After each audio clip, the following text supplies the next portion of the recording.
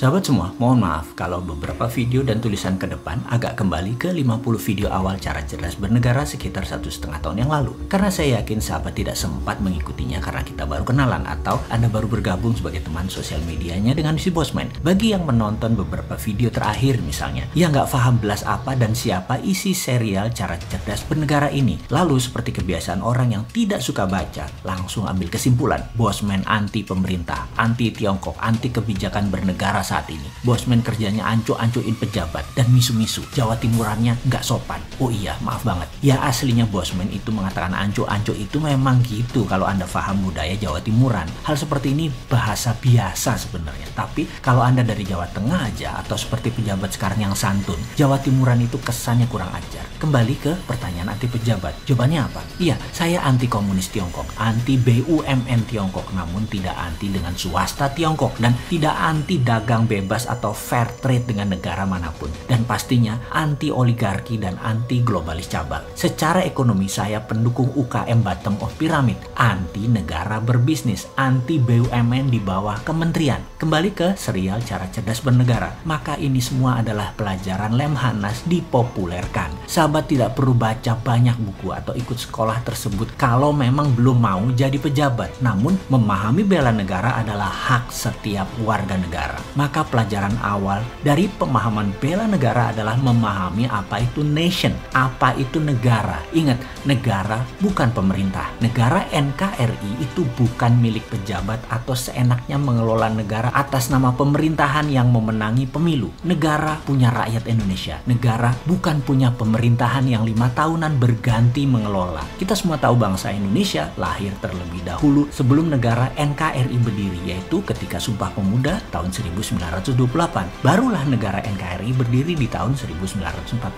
Dan pemerintahan, ya periode sekarang periode Pak Jokowi, itulah pemerintah. Karena itu segala hal mengenai kebijakan kalau merugikan atau ada kecenderungan merugikan negara, kita ingatkan, dan itu adalah hak setiap warga negara. Caranya ada dengan demo teriak-teriak, ada lewat udara ala Bosman. Kalau warga negara punya hak, maka nation, negara juga punya hak-hak tersebut disebut namanya nation right. Nation right lebih tinggi dari human right. Hal ini sering disalahartikan dan bisa disalahgunakan oleh pemerintahan yang otoritarian atau cenderung menggunakan kekuatan hukum untuk menghukum hal yang tidak sesuai dengan maunya kebijakan pemerintah. Tipis memang kekuatan demokrasi terpimpin Pancasila dengan demokrasi ala barat dengan bernegara otoritarian yang kebanyakan adalah komunis, atau demokrasi yang dipelintir ala negara masing-masing. Singapura gitu-gitu bukan negara demokrasi 100% ala barat. Singapura punya gaya pemerintahan sendiri, gak boleh beda dengan pejabat atau penguasanya rakyatnya. Mana ada sih yang berani teriak berbeda di Singapura? Malaysia sama juga, tipis-tipis dengan Singapura.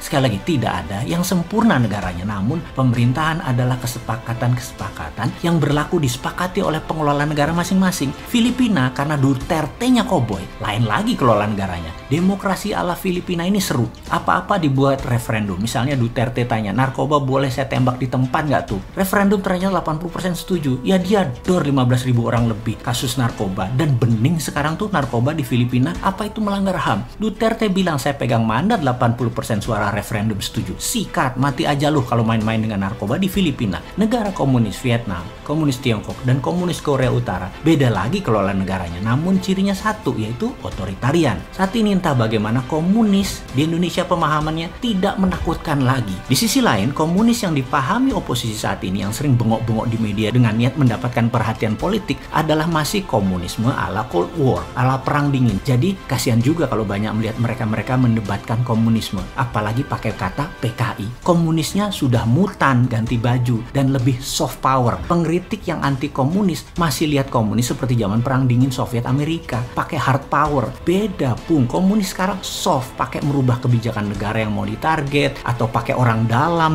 tanda petik. Perangnya beda, mainnya lebih cantik mereka sekarang. Jangan teriak model tahun 60-70-an zaman James Bond, zaman Cold War. Beda sekarang komunisnya. Yang menjabat sekarang Podo nggak pahame, karena itu kena jebakan dimainkan soft power. Lucu ya, yang mengkritik salah ilmu ketinggalan zaman, yang dikritik sama sekali nggak paham karena kesumpel cuan. Karena itu terlihat nggak nyambung kalau ngomong di media massa mainstream yang memang bukan solusi, tapi yang memang cari sensasi. Satu teriak PKI, yang satu kerjasama dengan negara komunis sebagai business as usual. Ini semua tidak akan terjadi kalau paham apa itu nation threat. Jadi apa itu ancaman bernegara? Kita tanya pejabat sekarang yuk. Ini perusahaan asing BUMN Tiongkok mengeduk tambang sumber daya alam di Sulawesi masuk ancaman nasional apa tidak? Hutang negara setiap tahun naik itu nation threat apa bukan? Impor yang tidak bisa terselesaikan selama 7 tahun menjabat ini yang naik terus kebutuhannya itu nation threat bukan? Kalau bukan ya lanjutkan. Kalau ancaman mana solusinya? Ngomong-ngomong, adakah lembaga di negara ini yang menentukan ancaman saat ini ya di Indonesia? Kok nggak ada suaranya? Apa memang nggak ada atau tidak punya kemampuan bernegara?